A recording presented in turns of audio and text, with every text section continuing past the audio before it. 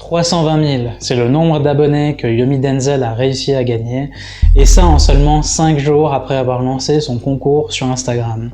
La dernière fois qu'il a fait ça, c'était en septembre 2020. Et il a annoncé sur sa chaîne YouTube que le concours lui avait coûté au total 214 000 €. Cette fois, il a tapé encore plus fort parce que non seulement les lots à gagner sont plus importants en termes de somme investie, mais il a aussi ajouté 2 canaux de communication plus traditionnels à son concours. La télé et les affiches publicitaires dans le métro parisien. Et ces canaux coûtent en général très cher. Au moment où je fais cette vidéo, Yomi n'a pas encore fait sa vidéo post-concours, mais je suis certain que le budget de 214 000 € de l'année dernière a facilement été doublé. Mais attention, parce que Yomi Denzel, c'est plus seulement l'infopreneur numéro 1 sur le dropshipping. Il y a 6 mois, il annonce qu'il arrête. Parce qu'il reconnaît que le business model du dropshipping ne permet pas de se créer une entreprise rentable sur le long terme, mais aussi pour se détacher de la mauvaise publicité du dropshipping, notamment faite par les influenceurs qui sont peu scrupuleux et souvent impliqués dans les arnaques. Du coup, il fait quoi maintenant Yomi ? Eh bien, il se positionne sur le e-commerce et sur la construction d'une véritable marque qui va durer dans le temps. Eh ben, vous allez me dire que c'est la même chose, mais non, il y a bien une distinction. En gros, le dropshipping consistait à commercialiser un produit, souvent fabriqué par un fabricant asiatique, et qu'il envoyait directement chez le client avec de gros délais et souvent avec un packaging minable. Et souvent même, le client ne recevait même pas le produit. Là où Yomi essaie de se distinguer maintenant, c'est sur le fait de créer son propre produit avec sa propre expérience client qui découle en créant une véritable marque comme a pu le faire Ben Francis avec Gymshark. Mais Yomi est un entrepreneur et dans l'entrepreneuriat, gagner des abonnés avec un concours ne veut pas forcément dire qu'on va gagner de l'argent tout de suite derrière. Donc, est-ce que ce concours va être rentable pour lui ? On essaiera d'y répondre d'ici la fin de cette vidéo. Dans cette vidéo, on va essayer de comprendre le business de Yomi Denzel en analysant ce qu'il vend, comment il fait pour convertir des abonnés en clients, et enfin comment il attire des gens dans son entonnoir de conversion. Attention parce que je ne vais pas juste parler de théorie, je vais essayer d'estimer le chiffre d'affaires qu'il arrive à générer. Mais encore une fois, ce ne sont que des estimations, je ne suis en aucun cas un expert de l'infoprenariat, sinon je serais en train de faire cette vidéo dans mon garage à côté de ma Lamborghini. Here in my garage, just bought this new Lamborghini here. Si vous appréciez ce genre de vidéo, alors dites-le moi en commentaire parce que j'ai prévu de décliner ce même format d'analyse sur d'autres entrepreneurs du web français. Donc dites-moi en commentaire quel est l'entrepreneur du web que vous voulez que j'analyse ensuite. Yomi, c'est le marketing du bling bling et du show-off. Ça fait grincer des dents bien sûr quand on n'est pas dans son audience cible, mais je pense que son client idéal se projette, s'identifie à lui et a même envie de lui ressembler. Mais ce qui est intéressant, c'est que depuis 1 an, Yomi a vraiment décollé et commence à se professionnaliser de plus en plus par rapport aux autres infopreneurs français. Comme l'a très bien souligné Yann Leonardi dans sa vidéo d'analyse, il a repris les codes des infopreneurs pour ensuite les surpasser jusqu'à un point où il est en train d'innover, notamment avec son premier concours Instagram. Et justement, en parlant d'innovation, il a créé un SaaS. Il s'entoure de plus en plus de l'écosystème startup qui le détestait jusque-là, notamment de Oussama Hamar, qu'il a lui-même interviewé.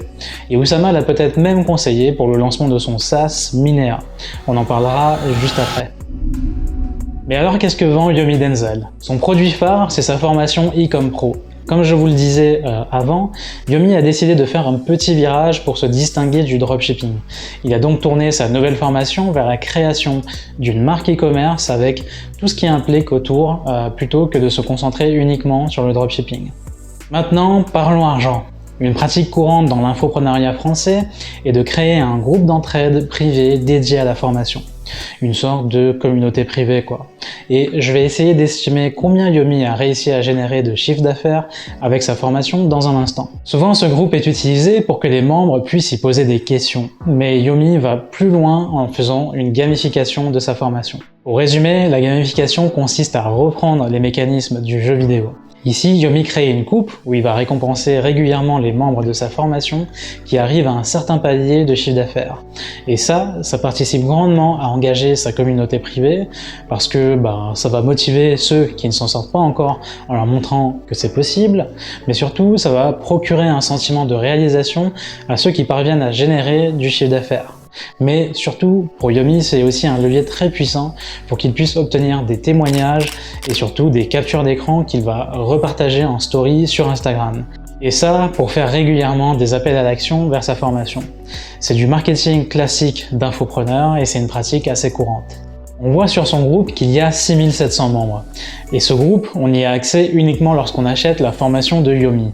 Le prix public est fixé à 1497 €, mais la majorité des gens achètent la formation à 997 € quand Yomi fait une promotion dessus lors d'un webinar. Ou alors tout simplement via un système automatisé avec sa formation gratuite et un outil que j'ai déjà utilisé auparavant qui s'appelle Deadline Funnel. C'est un outil qui permet de limiter une promotion dans le temps en associant un cookie et votre adresse mail. Du coup, ça permet de rendre la deadline un peu réelle parce que après ça, vous n'aurez plus accès à la page pour rejoindre la formation. 6700 membres. Pour le fun, on va dire que 20% des gens ont acheté la formation encore moins cher durant les premières années. Et du coup, on va dire que 80% ont acheté à 997 €. Ça nous donne un chiffre d'affaires d'environ 6 millions d'euros. Et si je me souviens bien, il a lancé la formation fin 2018, donc il y a pile 3 ans. Donc ça nous donne en moyenne un chiffre d'affaires de 2 millions d'euros par an avec cette formation. Même si je pense que la première année, il devait être bien en dessous et qu'il a accéléré vraiment l'année dernière avec cette nouvelle campagne marketing comme le fameux premier concours sur Instagram. Mais attention parce que ça, c'est juste une seule de ses sources de revenus. Yomi est un e-commerçant, donc il a probablement testé les principes qu'il enseigne dans sa formation avec ses propres boutiques. Et ces boutiques lui rapportent sans doute un chiffre d'affaires à peu près équivalent à la vente de formation. Ensuite, ce qui est intéressant, c'est que Yomi a décidé de diversifier son catalogue en avril 2021 avec une petite formation de développement personnel. Je vais vous expliquer dans quelques secondes en quoi c'est intéressant d'un point de vue marketing. Ce petit produit, c'est Success Pro Elite.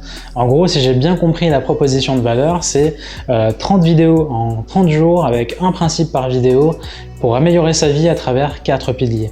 L'argent, la santé, la vie sociale et le bonheur. Cette formation est vendue généralement à 97 € et son groupe privé dédié à la mini-formation contient 1600 membres. Donc, en faisant le calcul, ça nous fait un chiffre d'affaires à peu près de 155 000 € pour un produit qu'il a créé il y a à peu près 6 mois. Alors c'est clairement pas son produit le plus rentable, mais c'est très malin de sa part. En fait, il reprend la technique du pied devant la porte. C'est le principe d'engagement et de cohérence mentionné dans le livre Influence et manipulation de Robert Cialdini. Je sais, je cite souvent ce livre, mais c'est vraiment marrant comment on retrouve tous ces principes dans le marketing des infopreneurs. Pour résumer, l'auteur dit qu'il est plus facile d'obtenir un gros engagement de quelqu'un s'il a déjà auparavant accepté un petit engagement. Donc là, on a ces deux principales formations, mais il faut aussi savoir que Yomi a lancé un SaaS qui s'appelle Minea il y a 6 mois. Cette solution lui permet sans doute de faire du cross-selling parce que c'est clairement une application construite pour sa cible. Et il fait aussi souvent de l'affiliation avec Shopify Partner. Shopify, c'est la solution numéro 1 quand on veut créer un site de e-commerce. Et enfin, avant la pandémie, il tenait des masterminds 2 à 3 fois dans l'année, dont le ticket d'entrée était vendu aux alentours de 3500 et 5000 €. Il a vraiment créé un écosystème d'offres autour des besoins de son client idéal. Et il a vraiment lié toutes ces offres entre elles dans son tunnel de conversion. Parlons-en du tunnel justement. Comment est-ce que Yomi fait pour convertir ses abonnés en clients ? Quand vous êtes dans l'infoprenariat, il n'y a malheureusement pas qu'une seule étape entre le statut d'abonné et le statut de client. Quand on est abonné, on passe par le statut de prospect non qualifié, puis de prospect qualifié, puis de prospect qualifié pour la vente, aussi appelé Sales Qualified Lead en marketing automation, et enfin au statut de client. Mais je pense que le tunnel de conversion de Yomi est encore plus simple. Il fait passer ses abonnés au statut de prospect, puis à prospect qualifié, puis en client, et enfin en ambassadeur. Pour passer ses abonnés au statut de prospect, Yomi utilise ce qu'on appelle un lead magnet. On va en parler dans un instant. Ensuite, pour les faire maturer et les transformer en prospect qualifié, il va l'éduquer à travers une formation gratuite et ou des webinaires ponctuels. Enfin, il a une offre assez simple qui s'appelle Ecom Pro, du coup, pour les transformer en clients.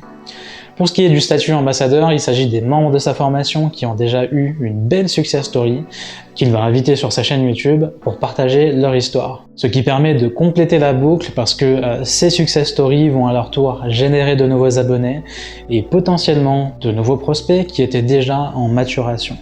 On a parlé du sujet de la petite formation Success Pro Elite, mais je pense qu'il la met peu en avant depuis 6 mois, ou alors il attend des moments propices comme le nouvel an, où son audience cible va vouloir se fixer de nouvelles résolutions, et où cette formation fera du coup un peu plus sens. On a vu aussi qu'un des piliers de cette formation était l'argent, donc je pense que parmi les 30 vidéos, il doit y en avoir au moins une qui parle d'argent avec un pitch de la formation Ecom Pro pour faire un upsell vers celle-ci.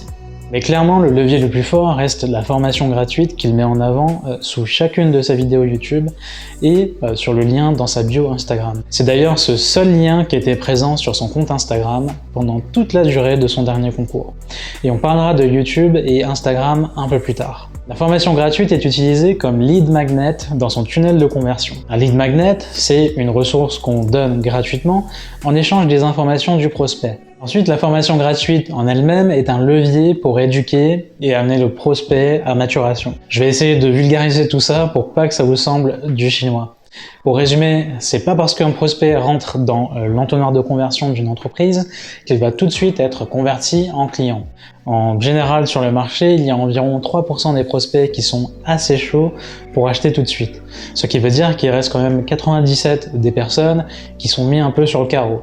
Et la plupart des entrepreneurs sur le web mettent la majorité de leur budget sur la publicité en ligne en espérant viser ces 3% et qu'ils soient convertis en acheteurs tout de suite. Mais ces entreprises ou entrepreneurs pourraient économiser pas mal de budget s'ils utilisaient le lead nurturing pour attirer des prospects qui sont moins conscients de leurs besoins et s'ils faisaient du coup maturer ces prospects pour les amener doucement à la conversion. Ici, Yomi fait de la publicité, mais au lieu d'envoyer directement les gens vers une offre payante, il les envoie vers sa formation gratuite, ce qui permet de diminuer les objections, mais aussi les coûts d'acquisition et du coup d'acquérir des adresses mail qu'il pourra sans cesse relancer par la suite grâce à l'email marketing.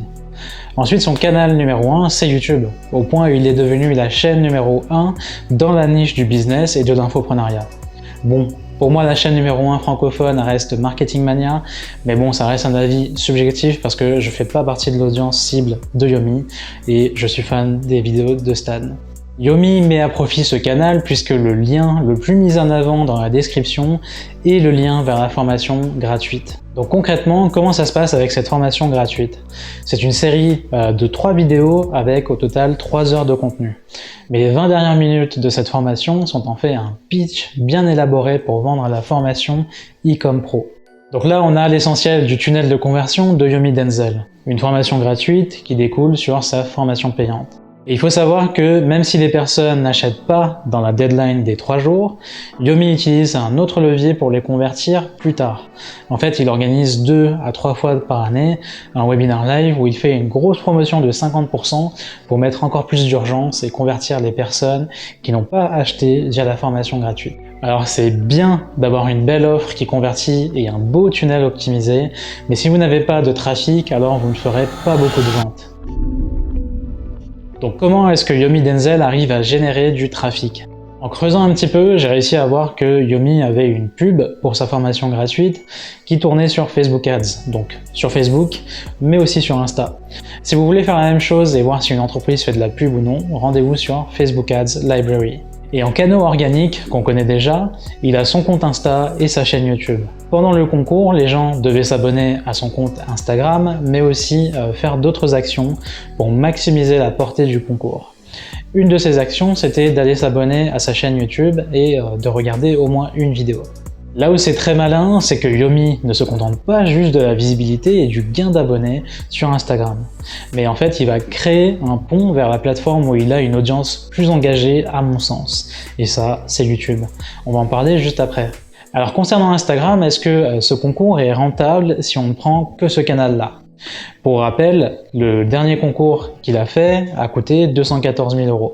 Et je pense que cette année, il a pu facilement doubler ce budget avec les canaux un peu plus traditionnels comme la télé et puis les affiches publicitaires dans le métro parisien. Alors j'ai vu sur Agorapulse que le taux de clic moyen sur Instagram était de 0,5%. On sait que Yomi demande aux gens de s'abonner pour le concours. J'ai vu qu'il avait gagné environ 350 000 abonnés en une semaine sur ce concours. Donc potentiellement, il y a 350 000 personnes qui ont visité son profil. Et son profil est clairement optimisé pour que les gens aillent cliquer sur le lien dans sa bio. Donc si on fait le calcul, ça fait 1750 clics sur le lien. Ensuite, en général, sur une page d'inscription pour un lead magnet, le taux de conversion est de 40 à 50% si la page est bien optimisée. Pour le fun, on va dire que Yomi a une bonne page avec 50% de conversion. Du coup, 1750 clics fois 50% de conversion, ça fait 875 personnes inscrites à sa formation gratuite. Déjà, en termes d'impact, c'est peu pour un concours de cette envergure. Donc, rien qu'avec ça, je pense pouvoir dire que le concours n'avait pas pour simple objectif de renvoyer les gens vers sa formation gratuite. Parce que du coup, Facebook Ads aurait suffi pour ça, et avec 5 € de coût d'acquisition par abonné, et pour 875 inscrits, ça lui aurait coûté en moyenne 5 000 € de budget pub. Tout ça pour 17 000 € en retour, rien que s'il convertit 2% des inscrits en acheteurs de sa formation e-com pro. Donc, pour en revenir au concours, je pense pouvoir affirmer qu'il n'est pas rentable du tout de suite si on prend en compte que la vente de la formation comme objectif. À mon avis, le gain est autre part parce que le concours lui ramène de la visibilité, notamment des apparitions médias qu'il va réutiliser sur ses prochains webinars et sur ses pages de vente, ce qui peut augmenter son taux de conversion sur les autres opérations. Salut, c'est le monteur. En fait, en éditant ma vidéo, je me suis rendu compte que j'avais pas parlé d'un aspect lié à la publicité en ligne parce que je suis pas un spécialiste. En fait, cet aspect, c'est tout simplement le remarketing.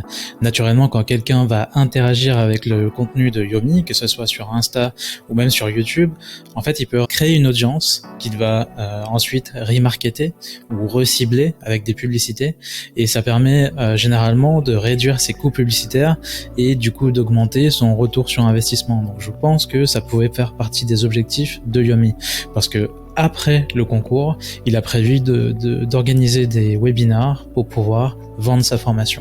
Ensuite, parlons de YouTube. Yomi pousse aussi les gens, pendant le concours Instagram, à aller s'abonner à sa chaîne YouTube.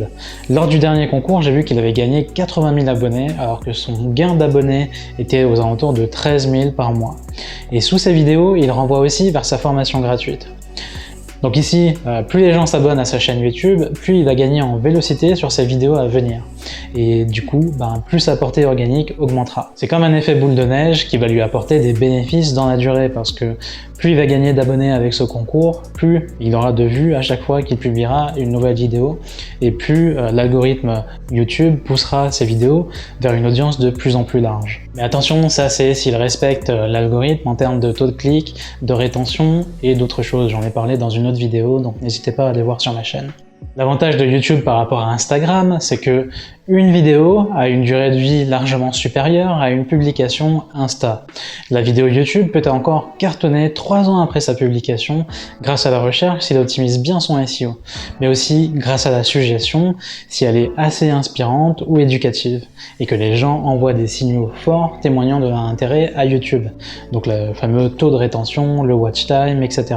Et Yomi maîtrise bien tout ça parce que la plupart de ses vidéos parlent directement au désir de son audience cible, la liberté financière et la liberté géographique. Malheureusement, je n'ai pas les outils nécessaires pour savoir combien de gens cliquent sur un lien dans la description d'une vidéo YouTube.